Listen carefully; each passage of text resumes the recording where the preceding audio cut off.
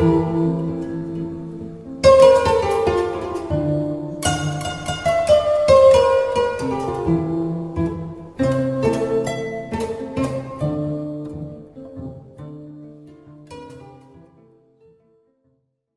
député Sanu John, donc membre de la commission de l'aménagement des transports de l'Assemblée nationale et membre de la commission des lois.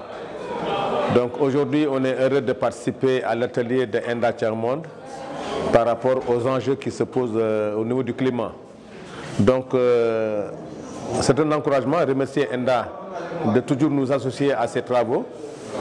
Le défi actuel de ce monde, c'est le climat.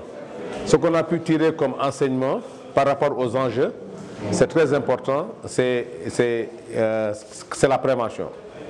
On a tous été conscients que le défi majeur qui se pose à nous, les enjeux d'abord, c'est la prévention.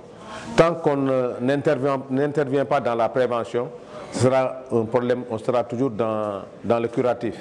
Donc notre présence en tant qu'Assemblée nationale, c'est de voir dans les budgets programmes concernant le ministère de l'Environnement et de la Santé, comment prendre en charge les aspects liés vraiment à la prévention, surtout renforcer les moyens de la météo.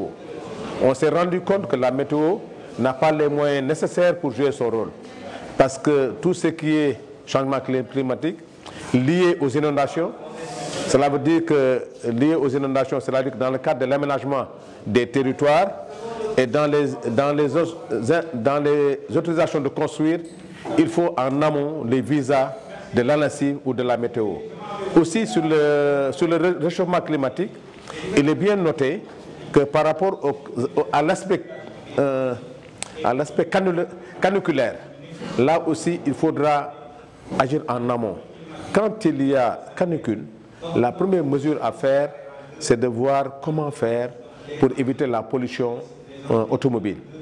En instruisant des vignettes vertes par rapport à la circulation dans les grandes capitales. Là aussi, c'est féliciter vraiment de la pertinence des ateliers et se dire que nous, en tant que les plaidoyers qu'on devra faire au niveau de l'Assemblée nationale, c'est dans les budgets programmes que les moyens du ministère de l'Environnement soient vraiment bien fournis, que l'ANACIM, à travers la météo, ait plus de moyens, que aussi l'implication des collectivités locales. On est allé même dire que dans les autorisations de délibération des maires, il faudra le visa vraiment le visa de l'ANACIM. Il est inadmissible de faire des plans d'aménagement et qu'il n'y ait pas de visa. On est allé même plus loin, même pour la délivrance des visites techniques. Par rapport à la pollution automobile, on pense qu'il doit y avoir au niveau des services techniques le visa à travers la vignette verte de la météo et de l'ANACIM. Sur ce, on se félicite en tout cas de cet atelier. Demander à Enda aussi de renforcer la capacitation des parlementaires et des maires. Vraiment, félicitations et bravo à Enda. À Setou Sanofi, à travers la santé, vous savez que la Sanofi doit beaucoup accompagner Enda parce que les enjeux du climat sont liés à la santé.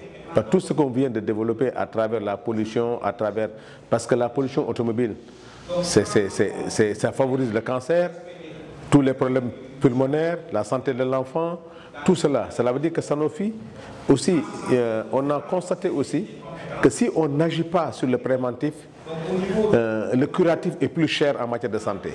Donc Sanofi doit tout faire dans le cadre de la prévention pour aider Enda pour la prise en charge de la prévention au niveau de la santé, surtout au niveau même de la santé mentale, parce qu'il est prouvé qu'à travers, par exemple, là où il y a inondation, c'est le nid de toutes les maladies.